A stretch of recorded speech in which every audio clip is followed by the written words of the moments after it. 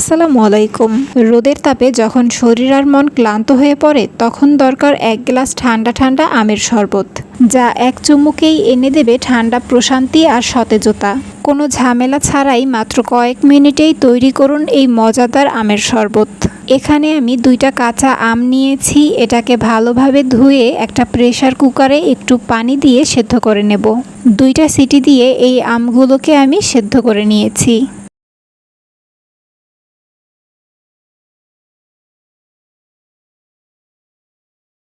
এখন pressure cooker থেকে বের করে পানিটাকে ছেঁকে একটা গ্লাসে রেখে দিয়েছি। আর আম দুটোর ছোলা ছাড়িয়ে আমের ভেতরের সবটা আলাদা করে নিয়েছি। এখানে আমটা সেদ্ধ করার কারণ হচ্ছে এতে মিশো হবে ভালো মতো আর রঙটাও সুন্দর হবে। একটা সবুজ সবুজ ভাব আসবে, যা দেখতেও ভালো লাগবে আবার খেতেও ভালো লাগবে।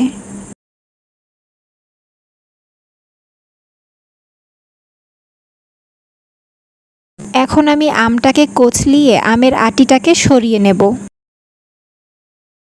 এখন এতে কুচি কুচি করে কেটে রাখা ধনিয়া পাতা, স্বাদমতো সাদা লবণ, অল্প একটু বিট লবণ, কালো গোলমরিচের গুঁড়া, স্বাদমতো চিনি আর 1 পিস লেবুর রস দিয়ে দিচ্ছি। লেবুর রসটা দিচ্ছি ফ্লেভারের জন্য, আর চিনিটাকে আপনারা আপনাদের স্বাদ মতো নিয়ে নেবেন, যেহেতু অনেকে মিষ্টি খেতে পছন্দ করে আবার অনেকে টক খেতে পছন্দ করে। এরপর একটা ব্লেন্ডারের বাটিতে এগুলো সব নিয়ে নিচ্ছি।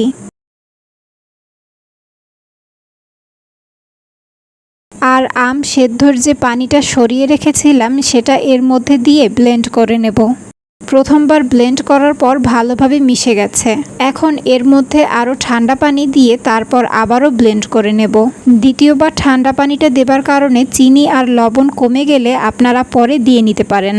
কত সহজেই বানিয়ে ফেললাম ঠান্ডা ঠান্ডা আমের শরবত, যা এই গরমে হতে পারে আপনার দিনের সেরা রিফ্রেশমেন্ট। এমন আরও সহজ, ঘরোয়া আর মজাদার রেসিপি নিয়ে আবার খুব তাড়াতাড়ি আসছি। ততদিন ভালো থাকুন।